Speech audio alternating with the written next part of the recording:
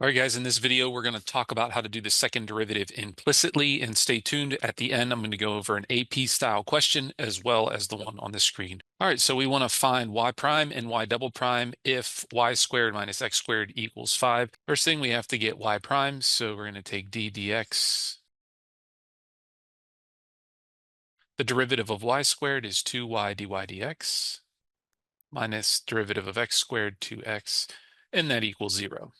Then the next step, solve for dy dx, and that you would add the 2x to the other side, divide by 2y, and you would have x over y. And that's going to be equal to y prime. Now, to get the second derivative, you take the derivative of the first derivative. Here, this is going to use the quotient rule, derivative of the top times the bottom, minus the derivative of the bottom, which is dy dx, times the top, all over the bottom squared, which is y squared.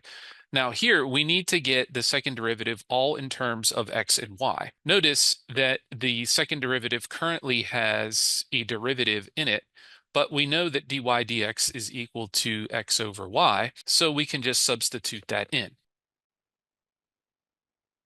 At this step, we have a complex fraction. Since we have a y in the denominator in the numerator, we can multiply by y over y, and then we distribute it to this one and this term as well. When we distribute it to the term with x over y, the y's would cancel.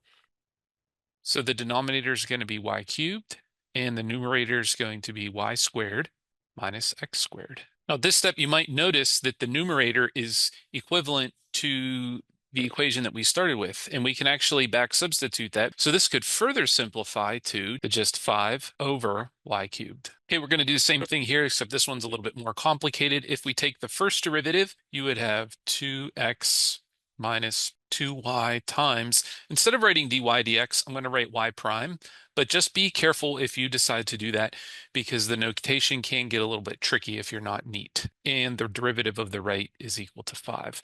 We solve this for y prime, and you would subtract 2x from the 5 and divide by the negative 2y. Then we take the derivative of that to get the second derivative. So the derivative of the top, negative 2, times the bottom, minus the derivative of the bottom, which is negative 2y prime, times the top, all over the bottom squared, which is going to be 4y squared. Now we can back substitute the y prime and clean up the numerator a little bit. And then when we substitute this fraction in for the y prime, the negative 2's will cancel. And all of that is over 4y squared. Again, in this situation, we have a complex fraction. This y right here is the culprit, so we're going to multiply numerator and denominator by y. When we distribute the y here, that's going to give us 4y squared. And when we distribute the y here, the negative 2's will cancel and the y's will cancel. And then you will just have a factor of 5 minus 2x times another factor of 5 minus 2x, which is going to be 5 minus 2x quantity squared. And that's still going to be subtracted all over 4y cubed. And that's it. So when you're finding second derivatives implicitly, make sure you differentiate with respect to x. And also, if a y prime or a dy dx shows up in your derivative, you need to back substitute that for what y prime is equal to. In this case, we're starting with y prime and asked to find y double prime. We'll just start off by taking the derivative of that. It's going to be 4 minus 2y prime. And then all we do is substitute this back into y prime. Simplify this, and that's it. All right, time for an AP-style question.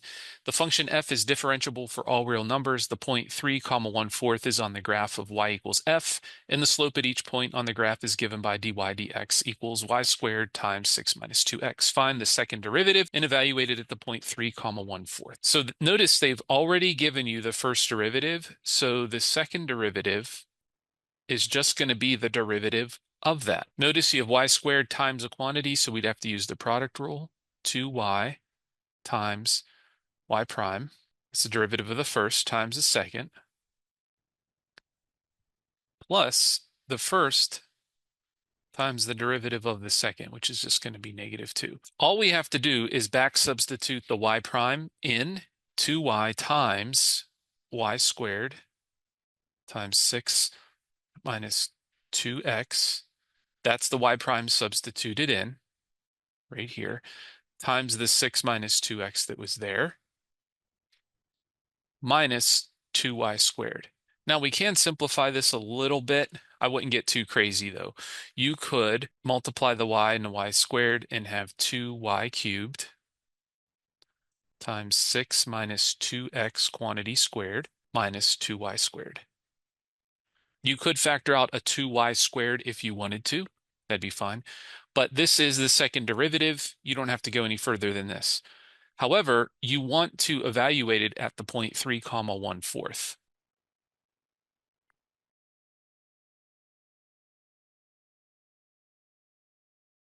Now notice the 6 times 2 minus 3 is going to be 0. So this entire factor or term right here is going to be 0 minus 2 times 1/4 squared, which is 1/16. So our final answer is going to be negative 1/8. And as we said, we're going to find the second derivative of the problem that is from the beginning. So to take the second derivative, we would need to take the first derivative. So the derivative with respect to x, we get 6x plus 18y times y prime equals 0. Solving for y prime, you would subtract 6x and divide by the 18y. That reduces to negative x over 3y. Then you would take the derivative of that using the quotient rule. So the denominator is going to be 9y squared. The numerator is going to be derivative of the top times the bottom minus the derivative of the bottom times the top. The numerator is going to be negative 3y minus 3 times y prime, and we know y prime is negative x over 3y times negative x, all over 9y squared. Now again, we have that culprit of the y in the denominator of the numerator, so we're going to multiply by y over y. When the y distributes here, you would end up with a y squared. When the y distributes to this term, the y's will cancel. So we would have negative 3y squared. Now we got to clean up the signs. This negative and this negative are going to cancel, but this negative remains, so it's going to be subtraction. The 3's cancel, and then when we distribute the y's cancel, and you end up with just x squared all over 9y cubed. And that's it. All right, guys, hope that was helpful for you for finding second derivatives implicitly. If it was, please leave me a comment down below and let me know how it was helpful. Make sure you like and subscribe so you get notified whenever I release new videos.